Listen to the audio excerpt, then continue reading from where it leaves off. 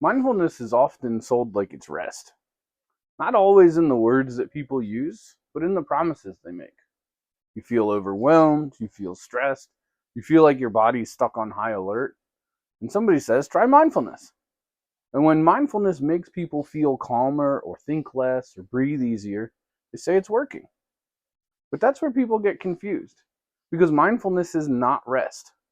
Rest lowers the pressure, it refills your tank, and it turns the volume down.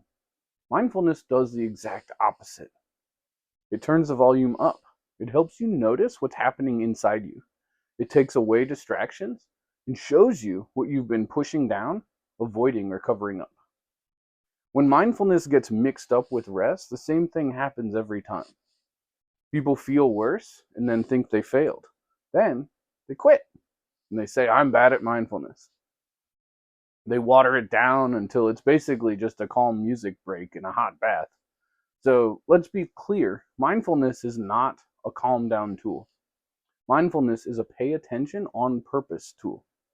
It's not here to make you feel good, it's here to help you see what's real. I'm Doc Rock. I'm a psychotherapist and educator. I work with a lot of driven adults who handle responsibilities, solve problems, take care of other people, but freeze when it's time to choose their own life. Not because they don't know how, but because for them, feeling confused usually means that they don't want to deal with what a choice will cost them.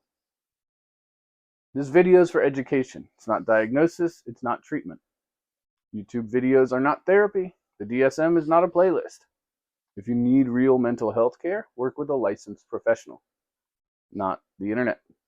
Now, back to mindfulness. A lot of people try mindfulness and then feel worse. More bodily sensations, more scary thoughts, more anxiety, more restlessness. So they think something's wrong. But usually, what's really happening is actually quite simple. Your usual distractions stopped working. The numbing wore off, and now you're feeling what you're already carrying. Mindfulness is hard, not because it's magical, but because it asks you to do things that you normally don't practice. Stay with a feeling without trying to fix it. Stay with a thought without chasing it. Stay with discomfort without running from it. That's not restful.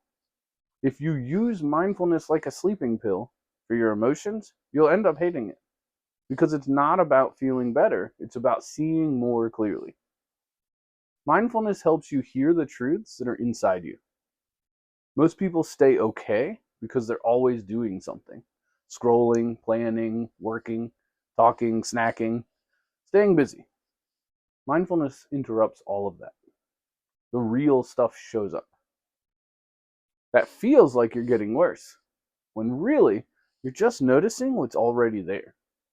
That's why mindfulness feels worse before it becomes useful. Also, mindfulness isn't a good fit for everybody at every time. If it makes you feel flooded or overwhelmed, that matters. Pay attention to that. Doesn't mean you're failing. It means you need the right amount at the right pace. Meditation's one way to practice mindfulness, but it's not the only way. Mindfulness works best when you use it in real life. So here are a couple ways that you can do that don't involve just sitting and forgetting. Mindfulness for hard decisions. Most people try to calm down before making a decision. A better skill is learning how to make decisions while you don't feel certain. If you're trying to decide about a boundary, a job move, or having a hard conversation, notice what your body does when you think about every choice. Notice what your mind is saying. Notice that urge to delay, ask everyone, or talk yourself out of it. The practice is staying with that moment instead of running from it. The real skill isn't being sure. The real skill is choosing the right move, even when you're not sure. A lot of people do mindfulness and immediately try to calm themselves down. That's not mindfulness, that's calming. Mindfulness says notice it, stay with it, don't fix it. Notice the feeling, notice the urge to run, listen to the story your brain tells you. Don't jump in to rescue yourself. Over time, you learn something powerful.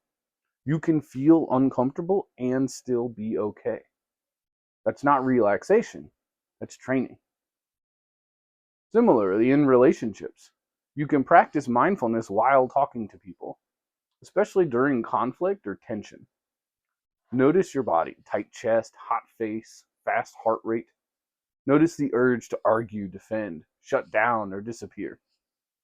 Harsh thoughts pop up, and then try the hard part. Stay present anyway. Because this is the most useful form of mindfulness. It trains you to stay in the room when your nervous system wants to run.